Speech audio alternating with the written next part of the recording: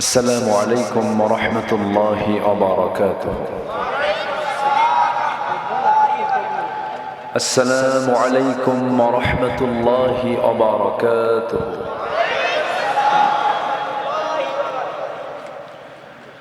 إن الحمد لله الأكرم الذي خلق الإنسان وكرم وعلمه من البيان ما لم يعلم،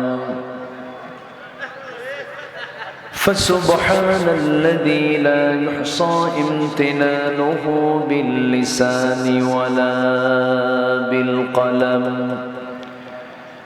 نشهد أن لا إله إلا الله وحده لا شريك له،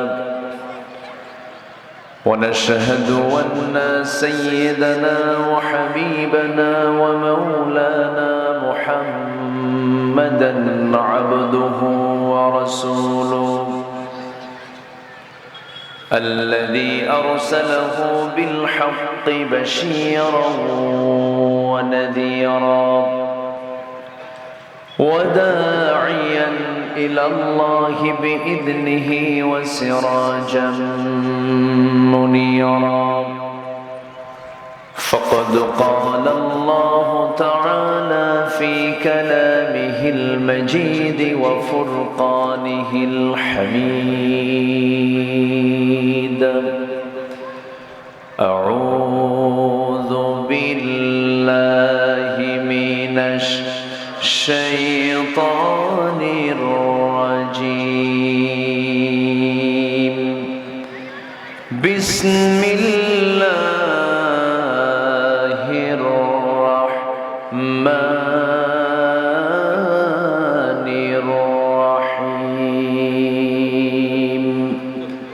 إن الله وملائكته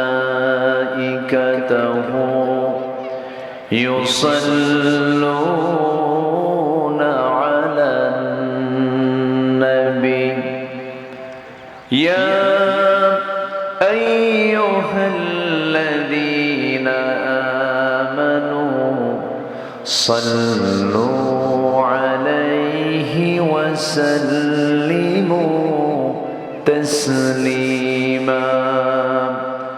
اللهم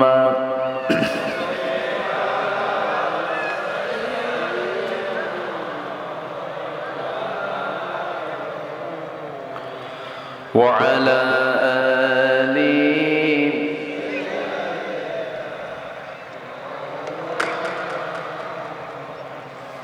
একটু আওয়াজ দিয়ে নবীর প্রেমে মাতোয়ারা হয়ে জবান খুলে সবাই বলুন আল্লাহুম্মা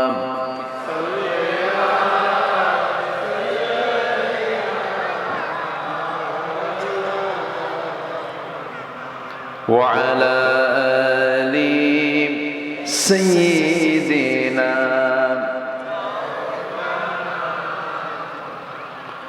প্রাণের অধিক বেশি যার দাম রহমতাল লিল আলামিন। জানো কি তোমরা তাহার নাম রহমতাল লিল আলামিন। অসহায়ের বুকে যে জন গোপনে করে সওয়ার, দুরুদ পড়ে সুবহে ও শাম রহমতাল লিল আলামিন। গরিবের আহার দিতেন নিজে হয়ে রোজাদার, নিয়মর ভালোবাসার খাম রহমতাল লিল আলামিন। আল্লাহুম্মা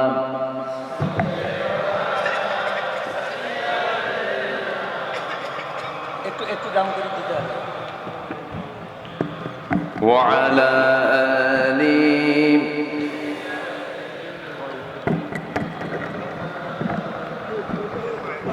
সবাই বলুন বালাগাল উলা বিকামালিহি কাশাফাত তুজা বিজামালিহি হাসুনাত জামিউ খিসালিহি সাল্লু সূরতে ইউসুফ বিদারি হিকমতে লুকমান মা কারিয়ে কুরআন বারি ये दिले सादे माने मा बलगल उला बिकमालिही कशफत तुजा बिजमालिही हसनत जमीउ खिसालिही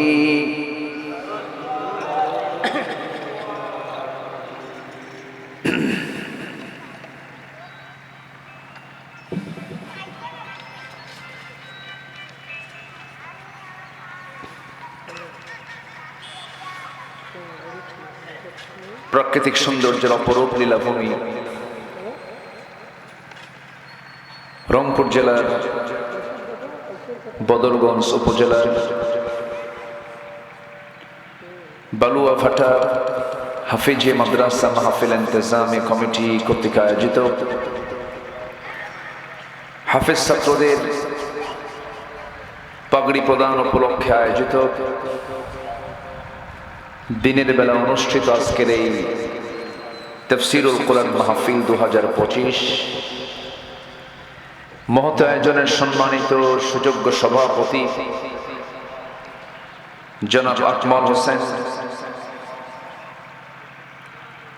প্রধান অতিথি জামাতুস সুন্নাহ বাইতুল আমান মাদ্রাসার সম্মানিত মুহতামিম মাওলানা সাইফুল ইসলাম সাহেব, কথা বলেছেন মাওলানা নিয়ামুল হক বিপ্লবী, উপস্থিত হাজারাত উলামায়ে কেরাম, ফদলায়ে ইজম, সুশীল সমাজ, জাতির শ্রেষ্ঠ সন্তান, শিক্ষক মণ্ডলী, আজকের মাহফিলের প্রধান আকর্ষণ যাদের কিনে আজকের এই সাজানো গোছানো বর্ণাঢ্য আয়োজন, তাওহীদের পতাকাবাহী, কালেমার ঝান্ডাবাহী, দ্বীন ইসলামের নরসারদুল বীর মুজাহিদ, প্রাণ প্রিয় সম্মানিত দ্বীনী ভাইরা, আড়ালে বসে আছেন শ্রদ্ধেয়া সম্মানিতা মা বোনেরা। আলোচনার সূচনায় আনুষ্ঠানিকতার মধ্য দিয়ে আমার পক্ষ থেকে আবারও দিল খোলা সালাম, আসসালামু আলাইকুম ওয়া রাহমাতুল্লাহি ওয়া বারাকাতুহু।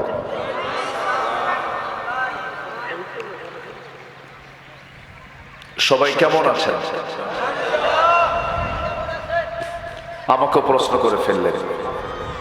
আল্লাহ তাআলা আমাকে আপনার মতোই আপনার সাথে আপনার কাতারেই রেখেছেন, বলি আলহামদুলিল্লাহ। মহান রব্বুল আলামিনের শুকরিয়া যে মহান আল্লাহ সুবহানাহু ওয়া তাআলা আমাকে আপনাকে দিনের বেলার সকল কর্মব্যস্ততাকে উপেক্ষা করে স্ব কর্ম, পেশা, চাকরি সবকিছুকে স্থগিত করে কোরআন শোনার জন্য এমন একটি সুন্দর আয়োজনে আসার বসার তৌফিক দিলেন। সেই মহান মাবুদের দরবারে আমরা সবাই লাখ কোটি সুজুদ শুকরিয়া আদায় করছি, মুহাব্বাতান জোরালো কণ্ঠে বলে উঠছি আলহামদুলিল্লাহ। আবারও বলছি আলহামদুলিল্লাহ। সবাই বলছে আল্লাহুম্মা আইন্নি আলা যিকরিকা ওয়া শুকরিকা ওয়া হুসনি ইবাদাতিকা। সবাই বলি আল্লাহুম্মা লাকা আসলামতু ওয়া বিকা আমানতু ওয়া আলাইকা তাওয়াক্কালতু ওয়া ইলাইকা আনাবতু ওয়া বিকা খাসামতু। আমরা আল্লাহ তাআলার শুকর আদায় করে নিলাম। সম্মানিত ভাই সব, আল্লাহ পাক আমাকে আবারও এই মাঠে আসার তৌফিক দিয়েছেন। আমি এর আগে একবার এসেছিলাম মনে হয়। আল্লাহ পাক আমাকে সুস্থ রেখে বেঁচে রেখে আবার আপনার সঙ্গে দেখার সুযোগ করে দিলেন। এটা আল্লাহ পাকের খাস মেহেরবানি। এখনো মাহফিল, অনেক ভাইজান মাহফিল আসতেছে, আসার উপরে আছে, কিন্তু মাহফিল তো তার নির্দিষ্ট সময়তে শেষ করতে হয়। আমরা সালাতুল আসর হয়তোবা আর 15 মিনিট পরে আজান দেবে। আমরা আজকে সালাতুল আসর সালাত মাহফিলের স্বার্থে বৃহত্তর দিক চিন্তা করে আমরা নির্দিষ্ট সময়ের চেয়ে একটু পরে আমরা আদায় করব। কেমন হয়? কারো কোনো আপত্তি নেই তো? আবার কেউ ফতুয়া দেবে না তো? আবার আমার দেশে তো আবার ফতুয়ার অভাব নাই। এই যে নির্বাচন আসতেছে সামনে, সিজনাল কিছু মুফতি আমার দেশে আছে, এরা ফতুয়া দেওয়ার জন্য রেডি হয়ে আছে। বলে যে গণতন্ত্র হারাম, নির্বাচন করা হারাম, ভোট দেওয়া হারাম। আমার মনে হয় ওদের একটা কিতাবের নামই আছে কিতাবুল হারাম। যা মনে হয় তাই বলে, অথচ দেশের ব্যাংক, বিমা, অর্থ, রাষ্ট্রীয় নীতিমালা, রাষ্ট্রের সমস্ত সিস্টেমগুলো তারা ঠিকই মেনে নিচ্ছে, সবকিছুই করছে, কিন্তু নির্বাচন আসলে বলে ফেলে এটা হারাম, ওটা হারাম, এগুলো করা যাবে না। কিন্তু হারাম বলে তারা যে একটা ফয়সালা দিবেন, সিদ্ধান্ত দিবেন, কোন পন্থা ধরতে হবে তাও বলে না। সম্মানিত ভাইরা, এমন শক্তিশালী কোন প্ল্যাটফর্মও তারা তৈরি করে না, হেতু আমরা মনে করি এটা এক প্রকার ফতুয়া সন্ত্রাসী। কি সন্ত্রাসী? ফতুয়া সন্ত্রাসী। তা আমি আজকে একটু আমরা আজান শুনলেও আমরা এরকম ভাববো না যে নামাজ মনে হবে, নামাজ হবে। আমরা নামাজটা একটু বিলম্বে পড়ব, এ নিয়ে যেন কোনো বিতর্ক অথবা কোনো কানাকানি অথবা কোনো কথাবার্তা যেন না হয়, এটাও আমি সবার কাছে আমি বিনীত আরজ রাখছি। সম্মানিত ভাইরা, আমরা বাহ্যিকভাবে যত সুন্দর থাকি না কেন, আমাদের মূল সৌন্দর্য বাহিরের না ভিতরের? বলেন তো, বলেন, বাহিরেরটা না ভিতরেরটা? মূল সৌন্দর্য হলো ভিতর। আল্লাহ তাআলা বাহিরের কোনো কিছু দেখবেন না। ইন্নাল্লাহা লা ইয়ানজুরু ইলা সুওয়ারিকুম ওয়ালা ইলা আজসামিকুম ওয়ালাকিন ইয়ানজুরু ইলা কুলুবিকুম ওয়া আমালিকুম। আল্লাহ তোমাদের বাহ্যিক কোনো বেশভূষা, বাহ্যিক কোনো স্ট্রাকচার, বাহ্যিক কোনো সৌন্দর্য আল্লাহ পাক দেখবেন না। আল্লাহ দেখবেন তোমাদের অন্তর এবং তোমাদের আমলগুলো। এই জন্য সবার আগে নিজের নফসকে আমাদের শুদ্ধ করা দরকার। নফসের শুদ্ধতার অভাবে বহু বুজুর্গ জাহান্নামে চলে যাবে, বহু দানবীর জাহান্নামে চলে যাবে, বহু মুজাহিদ যুদ্ধ করে দুনিয়া থেকে আমরা জানলাম সে শহীদ হয়ে দুনিয়া থেকে বিদায় নিয়েছে, কিন্তু আল্লাহর কাছে গিয়ে ধরা খাবে শুধু বিশুদ্ধ নিয়তের অভাবে। এজন্য আমাদের সবার আগে আন্তরিকভাবে আত্মশুদ্ধিতা অর্থাৎ তাসকিয়াতুন নফস, নফসের শুদ্ধতার প্রয়োজন আছে না নাই? আচ্ছা, আল্লাহ রাব্বুল আলামিন নফসের শুদ্ধতা নিয়ে বলছেন কোন বান্দা সফল।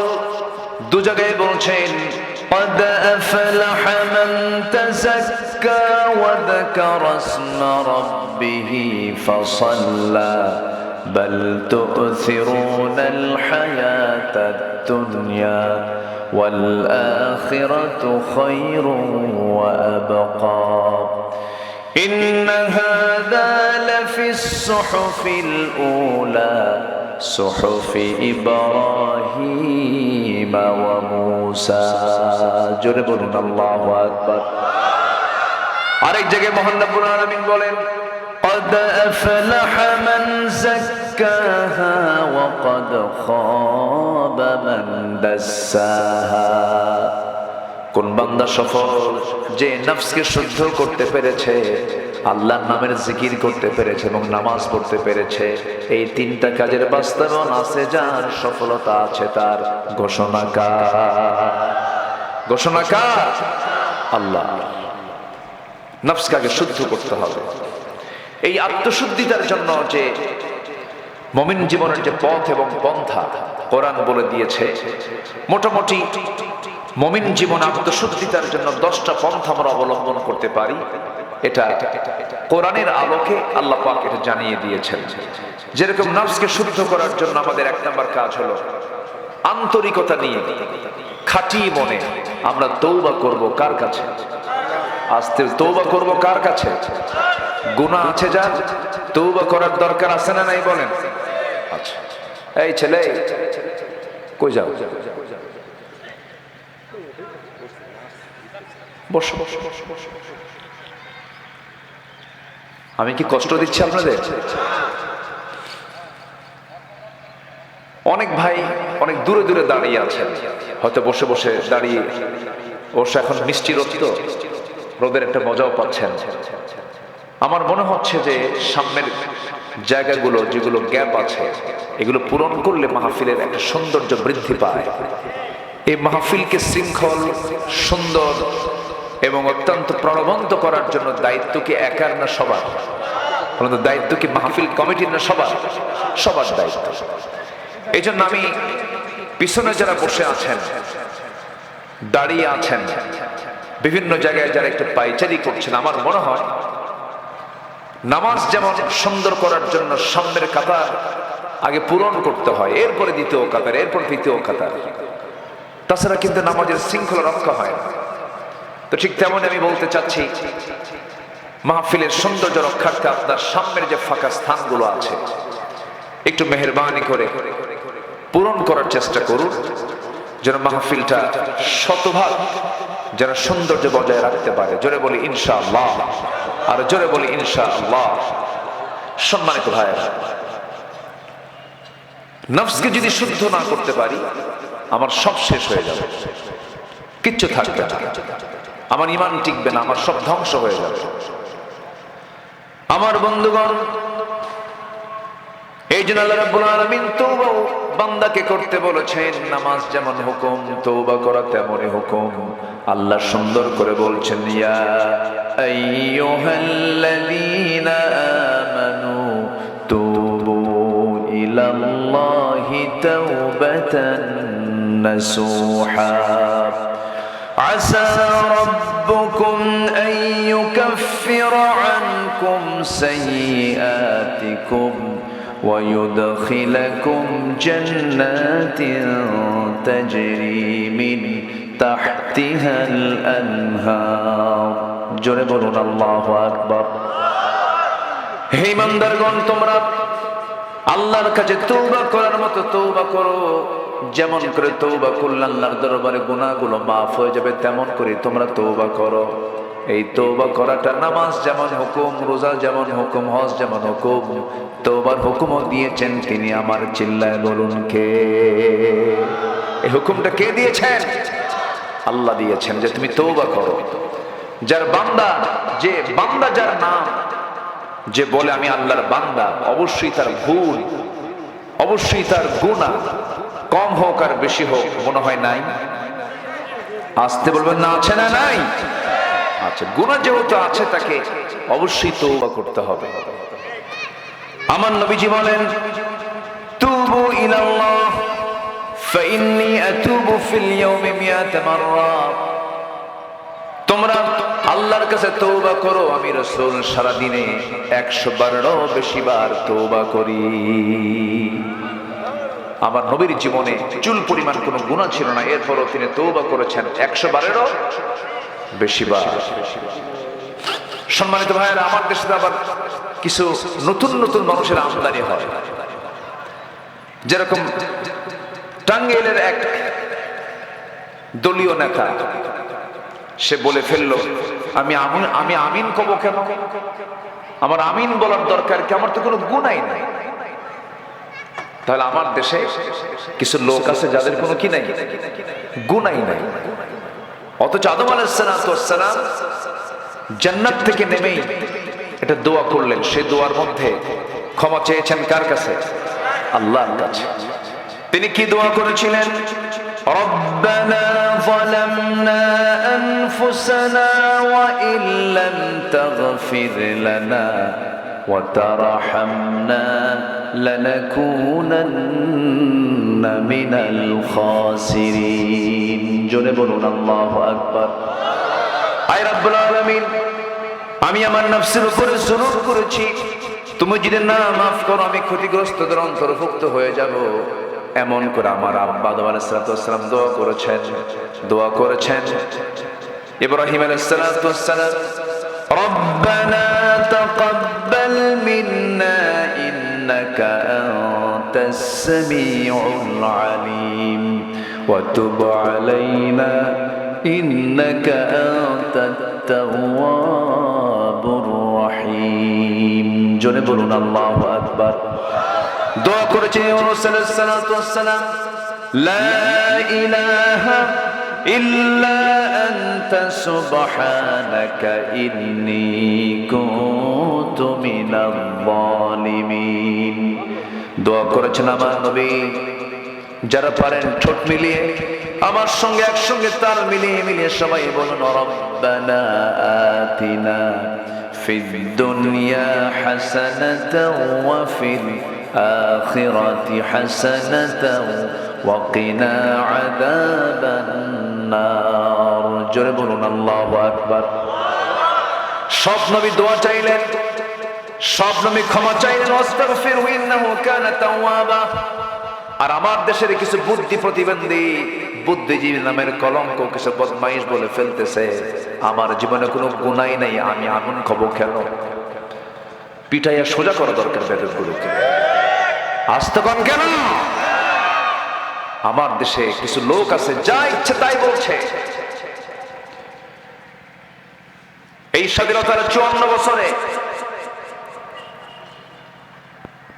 এই পর্যন্ত একটা আইন পাশ হলো না যে আল্লাহ, রাসূল, ইসলাম, কোরআন এই জাতীয় বিষয়ে যারা বাজে কথা বলবে তাদের পৃথিবীতে বাঁচার কোনো অধিকার থাকতে পারে না।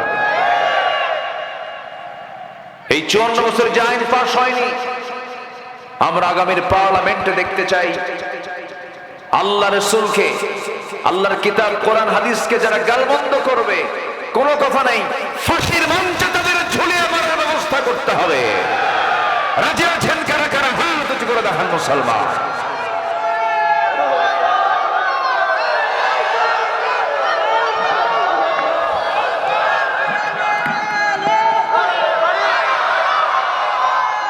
হাড়িভাঙ্গা, মাশাআল্লাহ, মিঠাপুকুর, বদরগঞ্জ, এই হাড়িভাঙ্গা নাম এখন গোটা দেশে জনপ্রিয়তা পেয়েছে।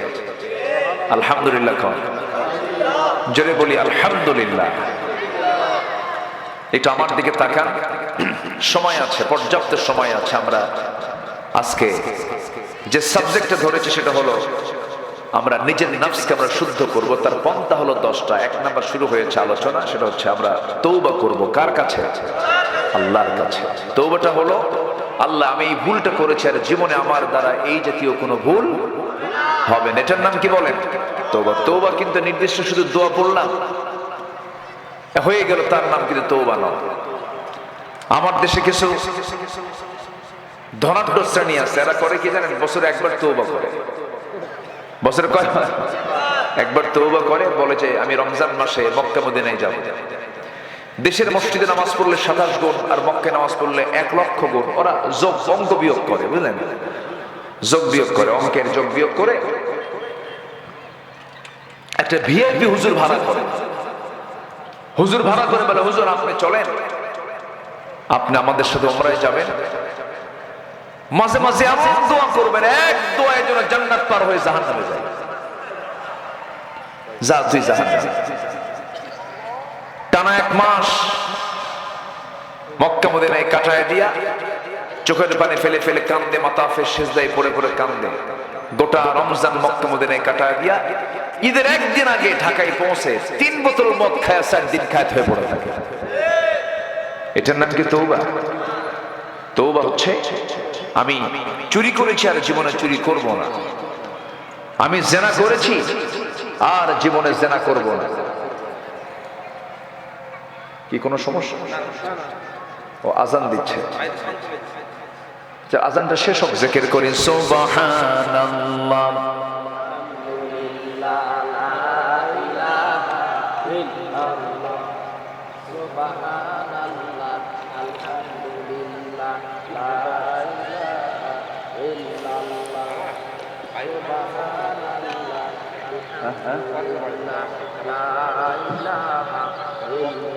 যদি মাইক যদি বাইরে অফ থাকে তাহলে আমি আলোচনা চালাই। বাইরে অফ করছেন তো? আচ্ছা, তাহলে হ্যাঁ ঠিক আছে। তো একদম অফ রাখেন না, আবার কিছু কিছু লোক তো আসতেছে, আমার মনে হয় কোনো এফেক্ট করবে না। আমরা আজানের জবাব দেই না, কি আছে?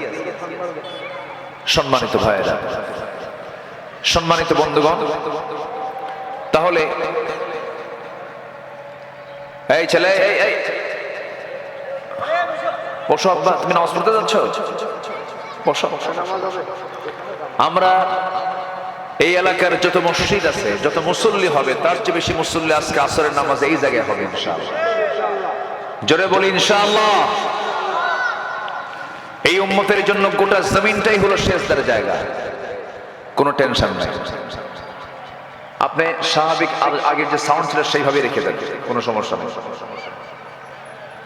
সম্মানিত ভাইয়েরা, আমার দিকে তাকান। তওবা এই হুকুমটা কে দিয়েছেন বলেন তো? আস্তে কে দিয়েছেন? কে দিয়েছেন? আল্লাহ দিয়েছেন। আমাকে আপনাকে তওবা করতেই হবে। আল্লাহর সামনে বারবার আমাকে সারেন্ডার করতে হবে, এটাই হচ্ছে বান্দার দায়িত্ব। গুনাহ হবে না কেন? গুনাহ তো হবেই। লাউ লাম তুযনিবু লাযহাবা আল্লাহু বিকুম ওয়া লা জাআ বিকওমিন হাত্তা ইউযনিবুন। তুমি যদি গুনাহ না করো বান্দা, আমি তোমাকে দুনিয়া থেকে মিটিয়ে দিয়ে এমন কিছু বান্দা দুনিয়াতে পাঠাবো যারা গুনাহ করবে, চোখের পানি ফেলে ফেলে আমার কাছে মাফ চাবে, আমি তাদেরকে মাফ করে দেব, আমি তাদেরকে ক্ষমা করে দেব। এর মানে হলো এটা নয় যে আপনি গুনাহ করবেন না। আমার বন্ধুগণ, গুনাহ তো হতেই পারে বান্দার জীবনে, কিন্তু যে বান্দার চোখের পানি আল্লাহর ভয়ে বের হবে, আল্লাহ বলছেন যে বান্দা আমার ভয়ে চোখের পানি ফেলতে পারবে, ওই এক ফোঁটা চোখের পানি 7টা জাহান্নামকে নিভায় দিয়া আমি আল্লাহ তাকে জান্নাত দিয়ে দিব। জোরে বলুন সুবহানাল্লাহ। আমার বন্ধুগণ, আমরা আল্লাহর কাছে তওবা করব খাঁটি মনে। খাঁটি মনে তওবা করলে কোনো গুনাহ থাকে না। তাইবু মিনাজ যামবি কামান লা যামবা লা। যার তওবা কবুল হয়ে যায় তার আগে কোনো গুনাহ থাকে না। যার তওবা কবুল হয় তার আগে কি কোনো গুনাহ থাকে না। অতএব তওবার মতো তওবা আমাকে করতে হবে, আল্লাহর কাছে মাফ চাইতে হবে, তাহলে আল্লাহ পাক আমাকে অবশ্যই মাফ করবেন, যা আত্মশুদ্ধিতার জন্য খুবই জরুরি। নাম্বার 2 হলো সালাতের প্রতি যত্নশীল হতে হবে। পৃথিবীর সকল কাজ আগে না নামাজ আগে? পৃথিবীর সকল আইন রাষ্ট্রীয় পর্যায়ে আগে না নামাজের আইন আগে? আমার দেশে কি নামাজের আইন ছিল কখনো? নামাজের আইন কি প্রতিষ্ঠা পেয়েছে? আমরা সব সরকারিতে দেখলাম, আমরা আগামীর সরকারকে আমরা নামাজের সরকার দেখতে চাই।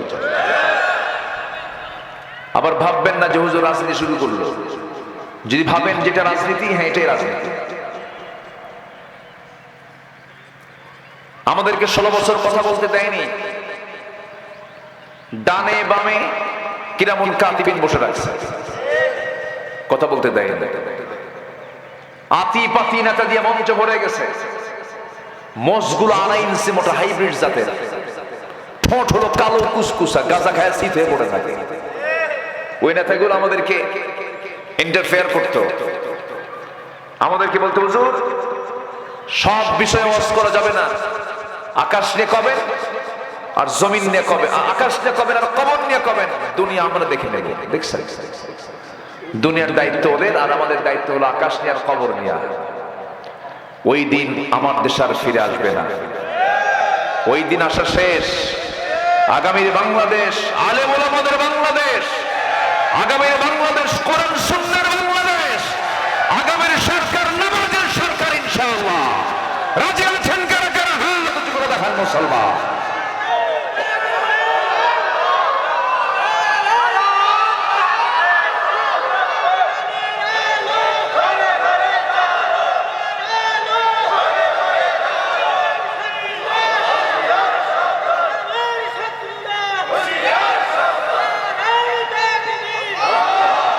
আল্লাহ কবুল করেন, জোরে বলি আমিন।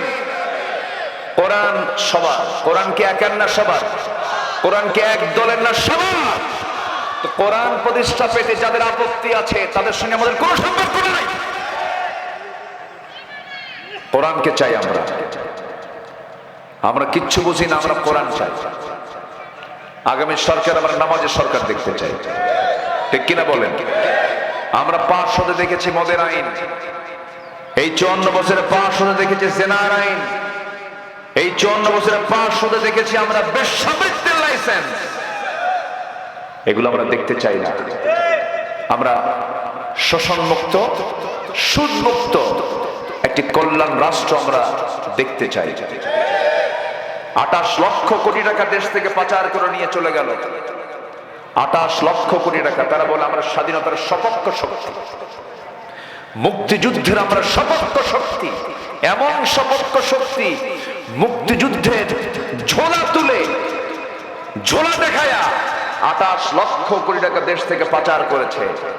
তারা যদি রাজনীতি করতেই চান, ওয়েলকাম জানাচ্ছি। দয়া করে 28 লক্ষ কোটি টাকা দেশের জনগণের হাতে আগে তুলে দেন। কষ্ট পাচ্ছেন নাকি? কষ্ট পেলেও কিচ্ছু আসে যায় না। অনেকে মাহফিল শেষে বলে, হুজুর বলে, ভাই আমার আলোচনা যদি কেউ কষ্ট পান আমার মাফ। আমি মাফ চাবো কেন? আমি কি আমার বাপের কথা বলতে আসছি? এই জায়গায় কোরআন সুন্নাহর কথা বলতে আসছি। আমরা হুজুর আমাদেরকে একটু ভিন্ন চোখে দেখতে চাই মানুষ। হুজুরা মসজিদ মাদ্রাসা নিয়ে থাকবে, এগুলো এত পেছাল পারার কি দরকার? মানে ওরা আকাম কুকাম করবে, আমরা দোয়া করে দেবো। তরুণ প্রজন্ম বুঝে গেছে ওদের ফাঁকিবাজি। আস্তে কখনো যুবকরা, ঠিক কিনা? তরুণ প্রজন্ম সতর্ক হয়ে গেছে এখন। অনেকদিন আগে এক মাহফিলে গেছি আমি, ছোট্ট একটা ছেলে 8-9 বছর বয়স, আমার দিক তাকায় আছে, এক মানে অপলক নেত্রে তাকায় আছে। তো বললাম, বাবা তুমি আমার দিকে এরকম করে চায় থেকে কি দেখো? কিচ্ছু বলে না, মানে মনটা খারাপ। তো বলতেছে, হুজুর আমি একটা কথা বলি কি, ভাবছিলাম হুজুররা ভালো, হুজুররা তো ভালো না। কেন? হুজুররা বিয়ে করে আবার বাচ্চাও হয়। কি কথা কি বুঝতেছেন আপনারা? মানে আমাদেরকে দেখতে চাই কি, আমরা খাবো না, বিয়ে শাদী করবো না, বাচ্চা কাচ্চা হবে না, আমরা শুধু ফেরেশতার মতো ঘুরে ফেরে বেড়াবো। যারা বলে আমি নিরপেক্ষ, আমার কোনো পক্ষ নাই, পাক্কা শয়তান ওটা। আমাদের পক্ষ নিতে হবে। কার পক্ষ? আমাদের দল করতে হবে। কার দল? আল্লাহর দল। এটা ক্লিয়ার করেন, ক্লিয়ার কনসেপ্ট নিয়ে আমাকে আপনাকে যেতে হবে। নিরপেক্ষের জন্য জান্নাত নাই, পক্ষ যে নেবে, ইসলাম যে নেবে তার জন্য জান্নাত। যেরকম সুবহানাল্লাহ। আমরা নামাজের ক্ষেত্রে আমরা সতর্ক হব, জোরে বলি ইনশাআল্লাহ। যার নামাজ ঠিক থাকবে তার নফসের শুদ্ধতাও ঠিক থাকবে। অনেকে বলে কি জানেন, হুজুর আগে ঈমান ঠিক করি এরপরে নামাজ পড়বো। আচ্ছা, নামাজ না পড়ে ঈমান ঠিক হয়? এরকম আছে না? কিছু লোক আছে না, আগে ঈমান ঠিক করি এরপরে নামাজ পড়বো। না, নামাজ ঠিক, নামাজ পড়ে ঈমান ঠিক করতে হবে। নামাজ, এটা প্রশ্ন করি আপনাকে, বলেন তো আমার দেশে নামাজি বেশি না ঈমানদার বেশি? বলেন, নামাজি বেশি না ঈমানদার বেশি? নামাজি বেশি। কোথায় নামাজি বেশি? নামাজ না পড়ি ঈমান তো আছে আমার। এখন কোন কে বেশি? ঈমানদার বেশি। নামাজ পড়ে না কিন্তু ঈমানের দাবি ঠিক রাখি, না না, এটাকে ঈমানদার বলা হয় না। কারণ ইমানের সঙ্গে নেক আমল থাকতে হবে, নেক আমলের সঙ্গে ইমান থাকতে হবে, ওতপ্রোতভাবে জড়িত।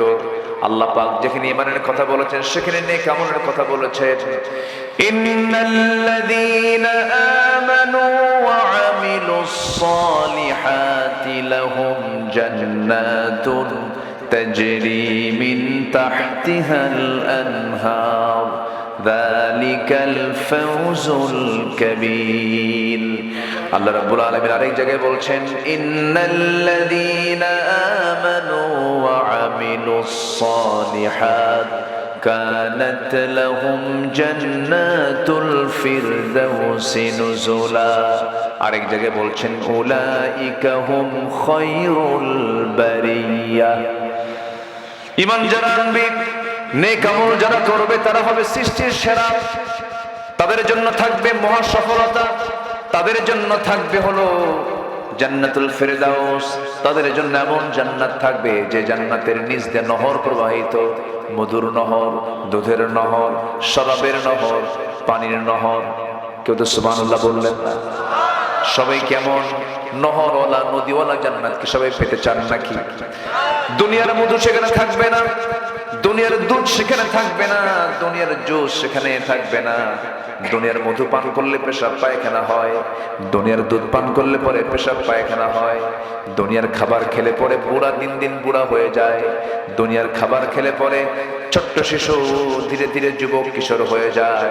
কিন্তু জান্নাতের খাবারটা যখন জান্নাতে একবার খাবে, সে চির যৌবন নিয়ে থাকবে, কোনোদিন বুড়া হবে না। জোরে কোন সুবহানাল্লাহ। কোনোদিন কি হবে না? বুড়া হবে না। এমন জান্নাতের খাবার কি সবাই খেতে রাজি আছেন? নামাজ না পড়ে, হ্যাঁ নামাজ পড়ে। নামাজ কয় ওয়াক্ত পড়বো আমরা বলেন তো?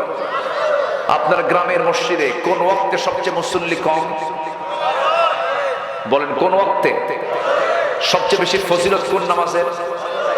আচ্ছা, এই কোন ওয়াক্তে মানুষ বাড়িতে বেশি থাকে বলেন?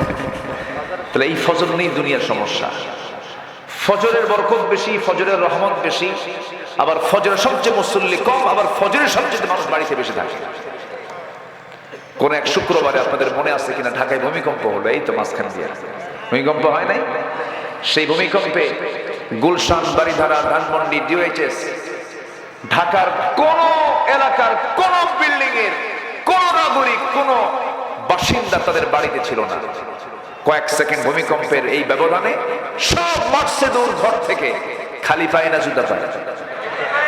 বলেন তাহলে শুধু ওর সব ভিআইপি, কিন্তু গুলশান, বারিধারা, ডিওএইচএস সব কিন্তু ভিআইপি, সিআইপি, এত বড় বড় ভিআইপি সব খালি পায় রাস্তায় যায় দাঁড়ায় আছে। ভিআইপি ফকির হয়, ভিআইপি কি হয়? ফকির হয়। শুধু কয়েকটা সেকেন্ড আল্লাহ পাক ধাক্কা মেরেছে। আচ্ছা, সেদিন কি যারা বাইরে গিয়ে খালি পায়ে দাঁড়ায় ছিল তাদের গায়ে তো সুন্দর সুন্দর পোশাকও ছিল? কি ছিল? রাতের বেলা যা ছিল সেটাই ছিল সাথে। তাহলে এই যে মানুষ ভয় আতঙ্কে যে ঘর থেকে 10:30টার দিকে যে দিনের বেলা বের হলো, কার ভয়? আল্লাহর ভয়। হ্যাঁ, আল্লাহর ভয় বের হয়েছে, মরার ভয়, মরার ভয়। আচ্ছা, জান্নাত আল্লাহ পাক দিবেন কি মরার আগে না মরার পর? জান্নাত নিবেন না, না মইরা, আজ থেকে না মইরা নিবেন না, মরে নেবো আমরা। তাহলে মরার ভয় করবো কেন আমরা? ইমানদারের দিলের মধ্যে কোনো মৃত্যুর ভয় থাকবে না। শরীফ ওসমান হাদি তা দেখিয়ে দিয়েছে। শরীফ ওসমান হাদি সে বলেছিল, মৃত্যু আরো বেশ কিছুদিন আগে বলেছিল, আমাকে লক্ষ্য করে গুলি করা হতে পারে, আমাকে হত্যা করা হতে পারে, আমার দুইটা ওসিয়ত। সে হাদি বলেছিল, এক নম্বর হচ্ছে আমার হত্যার জন্য সুষ্ঠু বিচার যেন এই জমিনে হয়।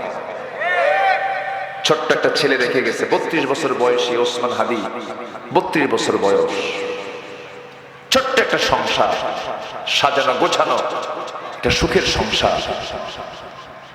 একটা গুলি পিছন দিক থেকে এসে মেরে দিল। শুক্রবারে আহত হলো, শুক্রবারে তার ইন্তেকাল হলো। এবং ইতিহাসের সর্ববৃহৎ জানাজা হয়েছে গতকালকে।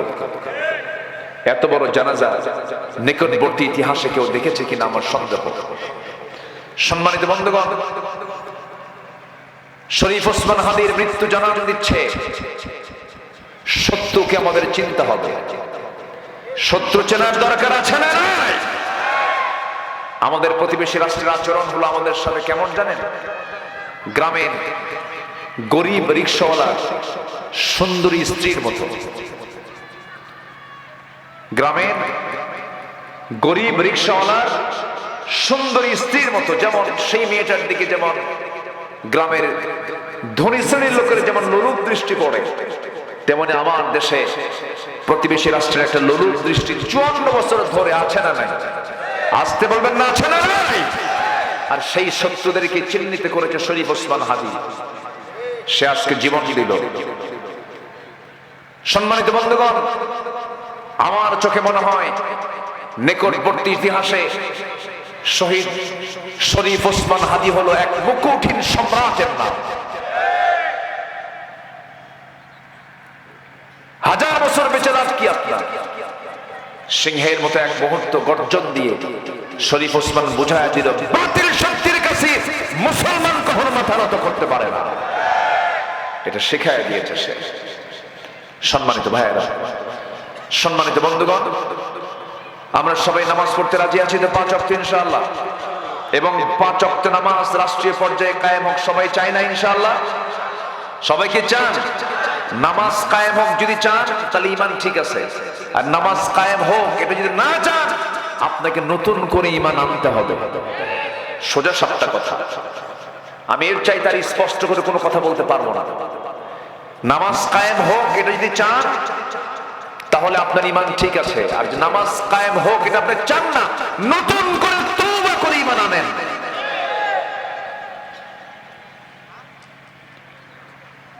সম্মানিত ভাইয়েরা, নাম্বার 3, নফসকে শুদ্ধ করার জন্য মাঝে মাঝে একটু রোজা রাখা দরকার। কি রাখা দরকার বলেন? রোজা। আজকের এই অনলাইনের যুগে যুবকরা, তোমার সামনে তোমার স্মার্টফোন তোমাকে একদম ধ্বংসের চূড়ান্ত পর্যায়ে নিয়ে যেতে পারে। স্মার্টফোনের মিসইউজ, অপব্যবহার তোমার জীবনকে নাশ করে দিতে পারে। ঘন্টার পরে ঘন্টা তোমার সময় অপচয় হয়ে যাচ্ছে।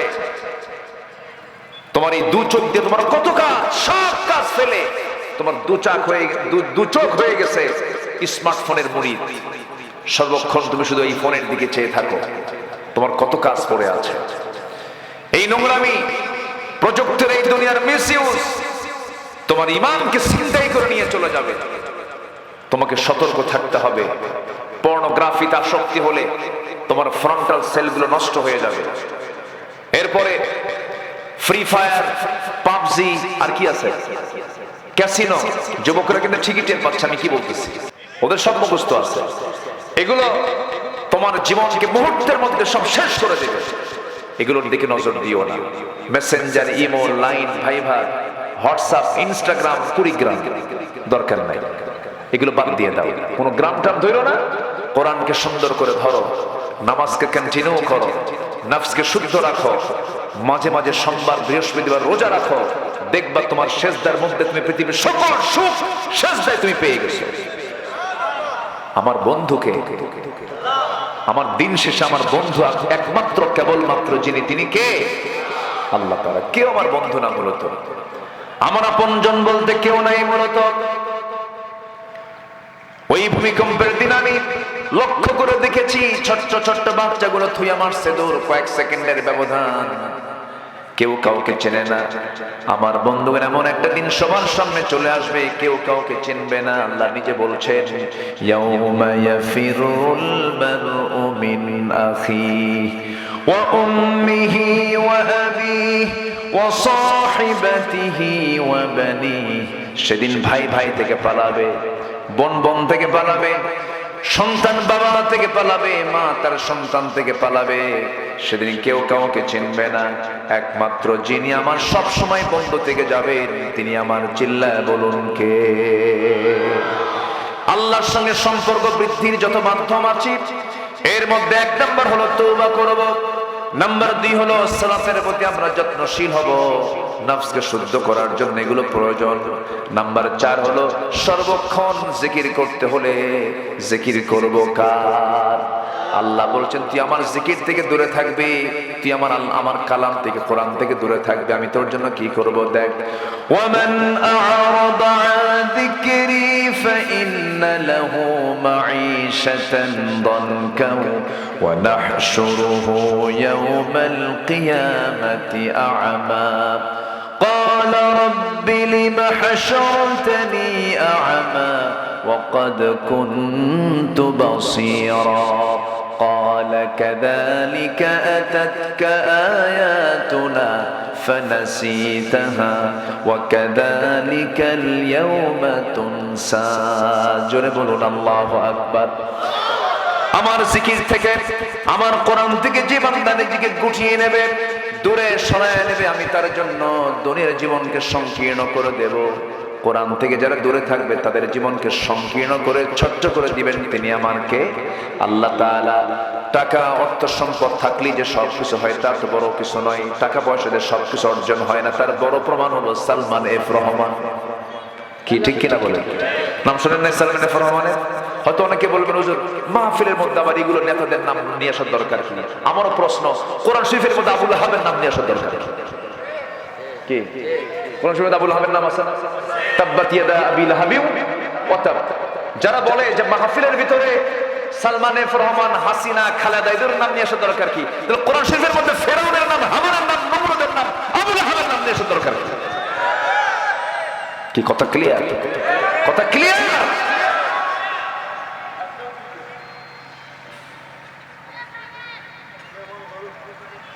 আমার দেশে অনেক লোক আছে, যত রক্ত লাগে দেব, প্রয়োজনে লোক পাঠাবো, আমি যাব না। জীবন দেওয়া তো সস্তা না। শরীফ ওসমান হাদির নাম আমি এমনি সম্মানের সাথে নিচ্ছি না, বুক পেতে দিয়েছে, শত্রুর কাছে মাথা নত করে নাই। আমাদের দাবি হলো শরীফ ওসমান হত্যার সাথে যারাই জড়িত চূড়ান্ত শাস্তি নিশ্চিত করতে হবে, ঠিক কিনা? চূড়ান্ত শাস্তি নিশ্চিত করতে হবে। একটু কান লাগান, মনোযোগ দিয়ে শুনুন কথাগুলো, তাহলে আত্মশুদ্ধিতার জন্য 10টা পন্থা।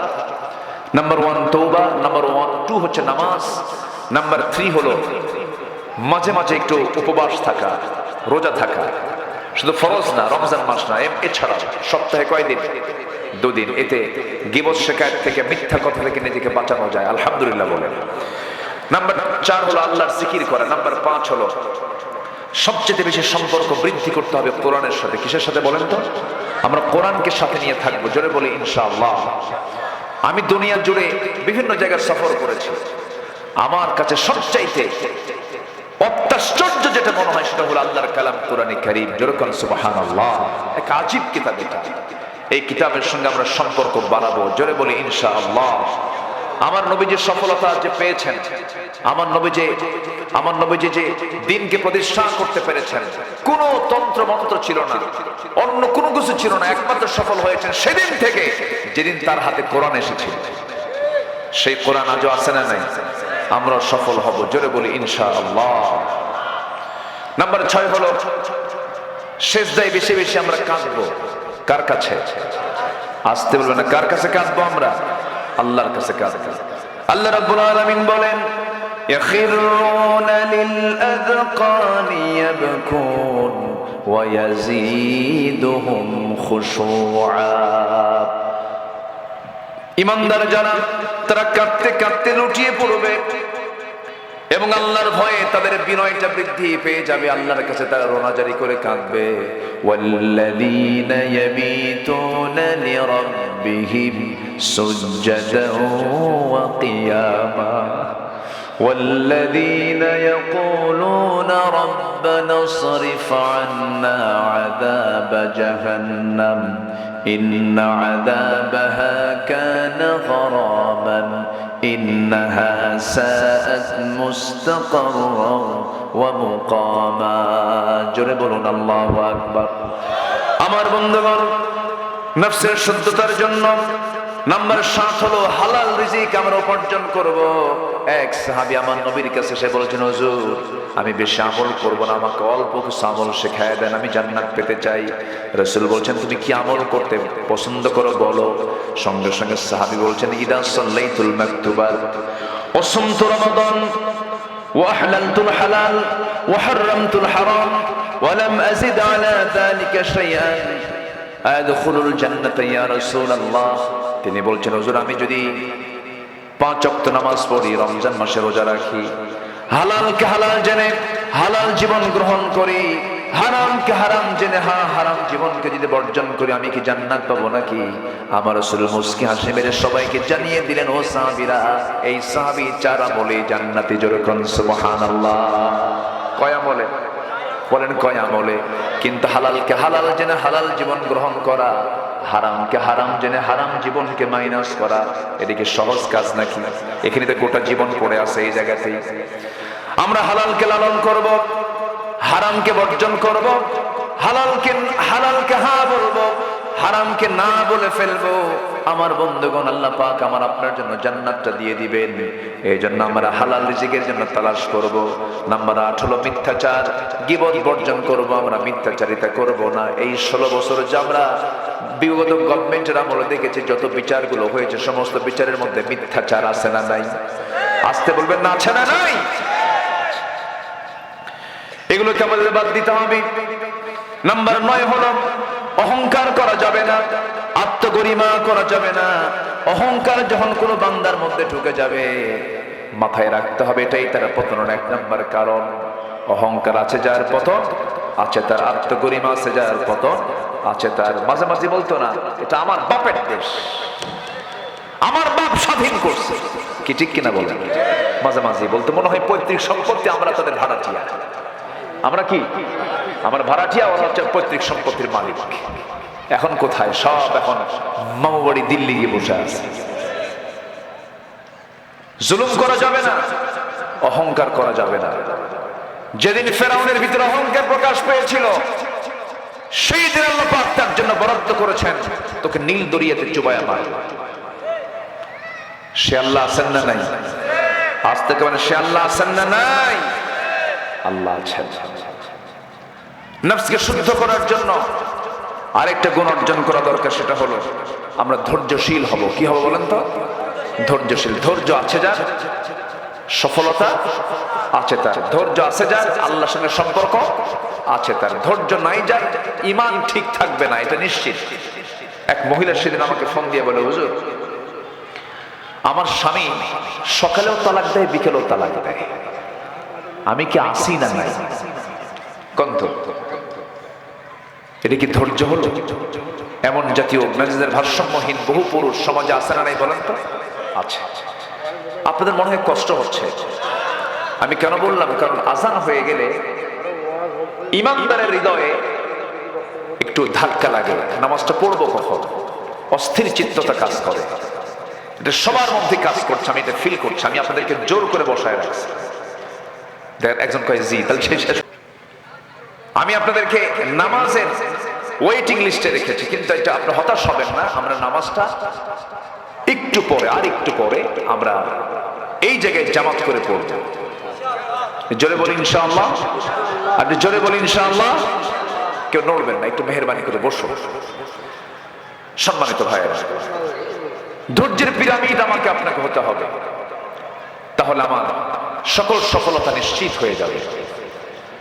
ধৈর্য যদি না অবলম্বন করি, আমার আপনার জন্য বড় বিপদ হয়ে যাবে। এই পৃথিবীতে যত নবী রাসূল এসেছেন, সব নবী রাসূলরা ধৈর্যের পিরামিড ছিলেন। সকল নবীরা ধৈর্যের পরিচয় দিয়েছেন। আদম আলাইহিস সালাতু ওয়াস সালাম দুনিয়াতে পড়েই আল্লাহর কাছে দোয়া চেয়ে তিনি ধৈর্যের সঙ্গে চেয়েছেন কি, রব্বানা যালামনা আনফুসানা ওয়া ইল্লাম তাগফির লানা ওয়া তারহামনা লানাকুনান্না মিনাল খাসিরিন। ইব্রাহিম আলাইহিস সালাতু ওয়াস সালাম বিশাল পরীক্ষায় পড়েছিলেন, ধৈর্যের পরিচয় দিয়েছেন। তিনি বলেছেন কি, রব্বানা তাকাব্বাল মিন্না ইন্নাকা আনতাস সামিউল আলিম। ইউনূস আলাইহিস সালাম চরম বিপদের মধ্যে পড়ে বলেছেন, লা ইলাহা ইল্লা আনতা সুবহানাকা ইন্নী কুনতু মিনাল যালিমিন। আমার নবীজি বলেছেন, যারা পারেন ঠোঁট মিলিয়ে বলুন, রব্বানা আতিনা ফিদ দুনিয়া হাসানাতাও ওয়া ফিল আখিরাতি হাসানাতাও ওয়া কিনা আযাবান নার। এজন্য ঈমান এনেছি, ঈমানটা টিকবে হলো ধৈর্যের উপরে। ঈমানটাকে ধরে রাখতে হবে, ঈমানের উপর অটল থাকতে হবে, ইস্তেকামাত থাকতে হবে। একজন সাহাবীর কথা মনে হয়ে গেল, কি পরিমাণ ধৈর্য তার মধ্যে ছিল। সেই সাহাবীর বাড়ি হলো মক্কা মদিনার ঠিক মাঝখান বরাবর। নাম তার আব্দুল্লাহ। নাম কি? আব্দুল্লাহ। বাড়ি হলো তার মক্কা মদিনার ঠিক মাঝখান বরাবর। নবীর দাওয়াত তার কানে চলে গেল। টকবকে যুবক কালিমার দাওয়াত পেলেন, কালিমা গ্রহণ করলেন। আপন চাচার কানে সংবাদ চলে গেছে, বাপ জন্মের পূর্বে দুনিয়া থেকে বিদায় নিয়েছে। চাচার কাছে মানুষ হয়েছে আব্দুল্লাহ। চাচার কানে যখন সংবাদ চলে গেছে, চাচা বলতেছে, ভাতিজা শুনলাম কালিমা নাকি পড়েছো। এবার ভাতিজা বলছে, আব্দুল্লাহ বলছেন, চাচা আপনি শুনবেন কেন? আপনি দেখেন আশহাদু আল্লা ইলাহা ইল্লাল্লাহ। চাচা খেপে গিয়ে রেগে গিয়ে থাপ্পড় মেরে জমিনে ফেলে দিয়ে বলছে, আব্দুল্লাহ তুমি এত বড় আমার বাপ দাদার ধর্মের সঙ্গে এমন প্রতারণা করবে? তুমি কি জানো আমার সমস্ত কওমের লোকজনকে ডেকে নিয়ে আমি তোমার সমস্ত সম্পদগুলো আমি ছিনায় নেব, জোর করে নিয়ে নেব, আমি তোমাকে ফকির বানায় ছাড়াবো। আব্দুল্লাহ বলছেন, চাচা আপনি আমাকে সম্পত্তি দখলের হুমকি দেখাচ্ছেন। আপনি যদি আমাকে এই মুহূর্তে গোটা দুনিয়ার সমস্ত সম্পদ আমার হাতে তুলে দেন, গোটা দুনিয়ার সমস্ত সম্পদ হাতে তুলে দেওয়ার পরে আমাকে যদি বলেন ঈমানটা ছাড়তে হবে, আমি বলবো সম্পদ নিয়ে নেন, আমি আমার ঈমান ছাড়বো না। জোরে বলেন সুবহানাল্লাহ। আমার ভাইরা একটু কান লাগান, একটু কান লাগান, মনোযোগ দিয়ে শোনেন। আব্দুল্লাহ এই কথা বলার সঙ্গে সঙ্গে থাপ্পড় মেরে জমিনে ফেলে দিল। জমিনে ফেলে দেওয়ার পর আব্দুল্লাহ পরনের জামাটা টেনে ছিল, লুঙ্গি ছিল, খুলে ফেলে দিয়া তাকে উলঙ্গ করে ঘর থেকে ধাক্কা মেরে বের করে দিল। যা, আমার সঙ্গে তোর কোনো সম্পর্ক নেই, সব সম্পদ নিয়ে নিলাম। উলঙ্গ দেহ নিয়ে মার দরজার কাছে গিয়ে বলছে, মা দরজা খুলো, দিন গ্রহণ করেছে আমার চাচা আমার পরনের লুঙ্গিটা পর্যন্ত খুলে নিয়েছে। এই কথা বলেই বলছে, মা আমার দিকে তাকাইও না, দেখো তো ঘরের মধ্যে কোনো কাপড় চোপড় আছে নাকি। এক খণ্ড চাদর পাওয়া গেল, সেই চাদরটা দিয়ে কোনো মতো তিনি সতরটা ঢাকলেন। ডেকে বলছেন, মা আমি তোমাকে ভালোবাসি, কিন্তু আমার নবীর চাইতে বেশি ভালোবাসি না। আমার প্রাণের চেয়ে প্রিয় আমার ভালোবাসার মানুষ মদিনায় বসে আছেন, আমি মদিনার দিকে রওনা দিলাম। কোন দরবার আমার প্রয়োজন নাই, রওনা দিলাম। মা আমার জন্য দোয়া করো। শীতের দিন, প্রচন্ড ঠান্ডার সময় তিনি নগ্ন দেহ, এক কোনো মতো একটা কাপড় কোনো মতো সদর থেকে তিনি রওনা দিয়েছেন। নবীর কাছে তিনি চলে গেছেন ফজরের সময়। দরজায় গিয়ে নক করছেন, দরজা খুলে গেল। রাসূল তাকে দেখতে পেলেন, থরথর করে কাঁপতেছে ঠান্ডায়। ভিতরে ঢুকলেন, সুন্দর দুটো জুব্বা হাতের মধ্যে করে নিয়ে বাইরে এসে বলছে, আব্দুল্লাহ জুব্বাটা পড়ো, নচেত অসুস্থ হয়ে পড়বে। জুব্বাটা পড়ে দেওয়ার পর রাসূল বলছেন, কি হয়েছে বলো। সব খুলে মিলে শুনলেন। রাসূল বলছেন, তোমার চাচা তোমাকে বস্ত্রহীন করে ঘর থেকে বের করে দিয়েছে। আমি রাসূল তোমাকে আমার সবচেয়ে সুন্দর দুটো জুব্বা আমি তোমাকে হাদিয়া স্বরূপ দিয়ে দিলাম। কোনো টেনশন করো না আব্দুল্লাহ, কি চাও তুমি বলো। আব্দুল্লাহ বলছেন, ইয়া রাসূলুল্লাহ, আমি জাগতিক জীবনের কোনো কিছুই চাই না, আমি আপনার কাছে চাই হলো আপনি আমার জন্য দোয়া করবেন, আমি যেন শহীদ হয়ে দুনিয়া থেকে বিদায় নিতে পারি। এই কথাটা শোনার সঙ্গে সঙ্গে আব্দুল্লাহ আমার নবীজির কথা শুনে, আমার নবীজি তার কথা শুনেই বলছে, আব্দুল্লাহ তুমি চিন্তা করো না, আমি দোয়া করছি আল্লাহ পাক যেন তোমার জান মাল যেন কাফের বেঈমানদের জন্য আল্লাহ হারাম করে দেন। মনটা আরো খারাপ হয়ে গেল। তিনি বলছেন, ইয়া রাসূলুল্লাহ, আমি দোয়া চাইলাম কি, আপনি দোয়া করলেনটা কি? আমি শহীদ হতে চাই, আর আপনি আমাকে কাফের বেঈমানদের জন্য, আমার রক্ত হারামের জন্য দোয়া করছেন, আমি কেমন করে শহীদ হব? রাসূল বলছেন, আব্দুল্লাহ চিন্তা করো কেন, তোমার মৃত্যু যদি বিছানা হয়ে থাকে, আল্লাহ রাব্বুল আলামিন শাহাদাতের তামান্না যদি হৃদয়ে লালন হয়, শহীদের দরজা আল্লাহ পাক তোমাকে দান করে দিবেন। জোরে বলেন সুবহানাল্লাহ। এই কথা বলার পরে রাসূল আসহাবে সুফফায় পাঠিয়ে দিলেন। আব্দুল্লাহ কোরআন নাও, তেলাওয়াত করো। বেশ কিছু সময় চলে গেল, যুদ্ধের ডাক চলে এসেছে, রাসূল মদিনা থেকে বের হয়েছেন। এমন সময় বলছেন, আব্দুল্লাহ কোথায়? হুজুরে, যে আমি আব্দুল্লাহ, চলো যুদ্ধে যাই। যুদ্ধে নিয়ে গেলেন, যুদ্ধ শেষ হয়ে গেল। মদিনায় ফেরার পথে আমার রাসূল বলছেন, সাহাবীরা চলো মদিনার দিকে ফিরে যাই। হঠাৎ করে নবীর কানে সংবাদ গেল, হুজুর আপনার কলিজার টুকরা আব্দুল্লাহ সে আর পৃথিবীতে বেঁচে নাই, মারা গেছে। আমার নবীজি বলছেন, সাহাবীরা আমার আব্দুল্লাহর জানাজার আয়োজন করো। আমার আব্দুল্লাহ আমার খুব কাছের সাহাবী ছিল, তার জানাজা পড়ানোর জন্য আমি কাউকে দায়িত্ব দেব না, আমি রাসূল নিজেই তার জানাজা পড়াইয়া দেব। জানাজার সময় হয়ে গেল, রাসূল জানাজা পড়াইয়া দিলেন। জানাজা সম্পন্ন হওয়ার পরে আমার নবীজি বলছেন, সাহাবীরা রে, আমার আব্দুল্লাহর কবরটা কোথায় খনন করেছো? হুজুর ওই যদি পাহাড়ের ঠিক মাঝখান বরাবর, আমাকে নিয়ে চলো। আমার নবীজি সেই জায়গায় চলে গেলেন। চলে যাওয়ার পরে কবরের সামনে দাঁড়ালেন। এবার বলছেন, সাহাবীরা রে, আমার কলিজার টুকরা আব্দুল্লাহর লাশ আমি কবরে কাউকে নামাতে দেব না, আমি রাসূল নিজে কবরে নেমে তার লাশটা আমি কবরে নামায়া দিতে চাই। এই কথা বলে রাসূল নিজে কবরে নামলেন। এবার বলছেন, আবু বকর ডানে নামো, ওমর আমার বামে নামো। আমার নবীজি এবার হাতটা আগা দিয়ে বলছেন, সাহাবীরা রে, আমার কলিজার টুকরা আব্দুল্লাহর লাশটা আমার হাতে তুলে দাও, আমার হাতে তুলে দাও। তুলে দেওয়া হলো। আমার নবীজি লাশটা হাতের মধ্যে নিয়ে বলছেন, ও আবু বকর মাথাটা ধরো, ও ওমর পাটা ধরো।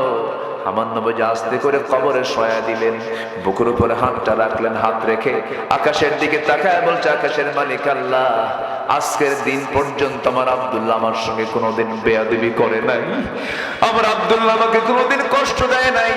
আমার আব্দুল্লাহ দ্বীনকে রক্ষা করতে গিয়া যে পরিমাণ ধৈর্যের পরিচয় দিয়েছে, ঈমানকে রক্ষা করতে গিয়ে যে পরিমাণ ধৈর্যের পরিচয় দিয়েছে, আল্লাহ আমি আব্দুল্লাহকে মাফ করে দিয়েছি, তুমি আমার আব্দুল্লাহকে মাফ করে দাও। এমন করে যখন দোয়া করছিলেন, এমন সময় সামনে দাঁড়িয়ে থাকে একজন সাহাবী, সাদ ইবনে আবি ওয়াক্কাস রাদিয়াল্লাহু তাআলা আনহু চিৎকার মেরে বলছেন, আহারে আজকে আমি জীবিত সাদ বিন আবু ওয়াক্কাস না হয়ে যদি ওই মৃত যদি হয়ে কবরের বাসিন্দা হতে পারতাম, আমার জীবনটা বড় ভাগ্যবান হয়ে যেতাম। আমি নিজেকে ভাগ্যবান মনে করতাম, কারণ যে লোকটার কবরে পৃথিবীর সেরা সেরা তিনজন মানুষ নামে, এর চাইতে বড় ভাগ্যবান মানুষ পৃথিবীর দ্বিতীয় জন কেউ হতে পারে না। জোরকান সুবহানাল্লাহ। এর বড় কারণ হলো ঈমান এনেছেন, তার ঈমানটাকে টিকে রেখেছেন ধৈর্যের সাথে। আমরা এই সমস্ত বিষয়গুলোকে যদি লালন করে যদি সামনের দিকে চলতে পারি, আল্লাহ পাক আমাকে আপনাকে মাফ করবেন। নফসের শুদ্ধতা আনলে পর আল্লাহ পাক বলছেন, ইয়া আইয়াতুহান নাফসুল মুতমাইন্নাতু ইরজিই ইলা রাব্বিকি রাদিয়াতাম মারদিয়াহ ফাদখুলি ফি ইবাদি ওয়াদখুলি জান্নাতি। প্রশান্ত আত্মার অধিকারী হতে হবে, দিলটা থাকতে হবে আল্লাহর মুখে, আল্লাহর মুখে ঝুঁকি আল্লাহর দিকে ঝুঁকে থাকা নফস অন্তর হতে হবে। যেই দেহ ফজরের জন্য প্রস্তুত হয় না, যে চোখ কোরআন তেলাওয়াতের জন্য প্রস্তুত হয় না, যে কান ইমামের তেলাওয়াত শোনার জন্য প্রস্তুত হয় না, যে হৃদয় হারাম কাজকে বর্জন করতে পারে না, সেই দেহ জান্নাত পাবে না। জান্নাত পাওয়ার জন্য চোখকে ভালো কিছু দেখতে প্রস্তুতি নিতে হবে, কানকে ভালো কিছু শোনার প্রস্তুতি নিতে হবে, এবং নফসে সুধারণা পোষণ করতে হবে। আল্লাহ পাক বুঝার তৌফিক দান করুন, জোরে বলি আমিন। আজ এখন থেকে আরো 35 মিনিট আগে সালাতুল আসরের আযান আমরা শুনতে পেয়েছি। আমি আর যদি কিছুক্ষণ দেরি করি, ফতুয়া কিন্তু উল্টা চলে আসা শুরু করবে। আমরা সব দিকে খেয়াল করব, কেউ যাবেন না, একটা লোক নড়বেন না। আজকে ওপেন ডে, রবিবারের কারণে আমার কাছে মনে হচ্ছে লোকজনের একটু উপস্থিতি একটু কম। কর্মক্ষেত্র, শহরতলি, শহর তো খুব কাছে, তাই না? শহর একদম কাছে না, একদম কাছে। শহরতলি হওয়ার কারণে একটা যে সমাগমের যে একটা পরিস্থিতি, এটা আমরা একটু এবার একটু ডিসফেভার লক্ষ্য করছি। তো যে কজন ভাই আছে, আমরা বেশি লোকের ভূমিকা পালন করবো। একটা লোক নড়বেন না। মাহফিলের বৃহত্তর স্বার্থে আমরা যে যেখানে আছে বসি। আমাদের মাহফিল কমিটির মাদ্রাসার কিছু ভাইয়েরা কিছু ব্যাগ নিয়ে যাবে আপনার কাছে। 2, 4, 5, 10, 20, 50, 100, 500, 1000 যে যা পারি আমরা কম বেশি আমরা দেওয়ার চেষ্টা করব ইনশাআল্লাহ। মাদের ভিতর থেকে যে যা পারেন সবাই দিবেন। দয়া করে দিবেন না, সমস্যা নাই, কিন্তু কেউ উঠবেন না, আমরা একসঙ্গে দোয়া করব। দোয়ার পর এখানে মুখে আজান হবে, এরপর ওযুর জন্য 5 থেকে 10 মিনিট সময় দেওয়া হবে। এরপর যাদের ওযু আছে তারা নামাজের জন্য দাঁড়িয়ে যাবেন, নামাজ আমরা পড়ে এখান থেকে বিদায় নেব। জোরে বলি ইনশাআল্লাহ। জিকির করেন সুবহানাল্লাহ। হ্যাঁ, আরো জোরে লা ইলাহা সুবহানাল্লাহ আলহামদুলিল্লাহ। আরো জোরে লা ইলাহা।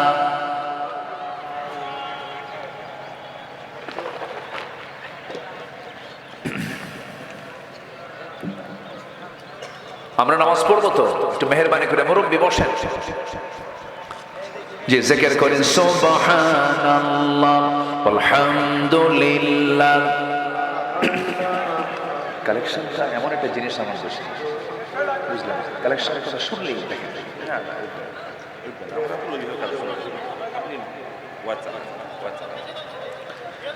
জি, মেহেরবানি করে আমরা যে যতটুকু পারি আমরা সবাই দিল থেকে দেওয়ার চেষ্টা করব। জোরে বলি ইনশাআল্লাহ। জিকির করেন সুবহানাল্লাহ আলহামদুলিল্লাহ। চাইতে গেলেই যদি দৌড় মারেন তাহলে এটা কেমন হলো?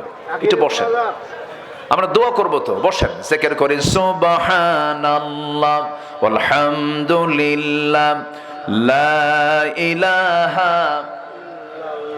আরো জোরে লা ইলাহা সুবহানাল্লাহ আলহামদুলিল্লাহ। আল্লাহু আল্লাহ আল্লাহু আল্লাহ লা ইলাহা সুবহানাল্লাহ। আশপাশে অনেক মৃত ব্যক্তি, তারা কবরবাসী আছেন, কবরবাসী হয়ে শুয়ে আছেন। তারা অপেক্ষা করছে আমার আত্মীয় স্বজন, আমার সন্তানাদি আমার জন্য কখন দোয়া করবে। আর এই লোভনীয় দোয়া থেকে আমরা মাহরুম হব কেন ভাই? একটু বসেন, আমরা একসঙ্গে দোয়ার দিকে আস্তে আস্তে চলে যাচ্ছি। একটু জিকির করেন সুবহানাল্লাহ আলহামদুলিল্লাহ লা ইলাহা ইল্লাল্লাহ মুহাম্মাদুর রাসূলুল্লাহ সাল্লাল্লাহু আলাইহি ওয়াসাল্লাম। আমরা সবাই একটু নামাজের মতো করে বসি, তাশাহুদের সূরতে বসি। আমরা আল্লাহর কাছে চাবো আল্লাহ যেন আমাদের জীবনের সকলের গুনাহগুলোকে মাফ করে দেন, এবং আমাদের আত্মীয় স্বজন যারা আশপাশে যারা শুয়ে আছেন তাদের রুহের মাগফিরাত কামনা করছি।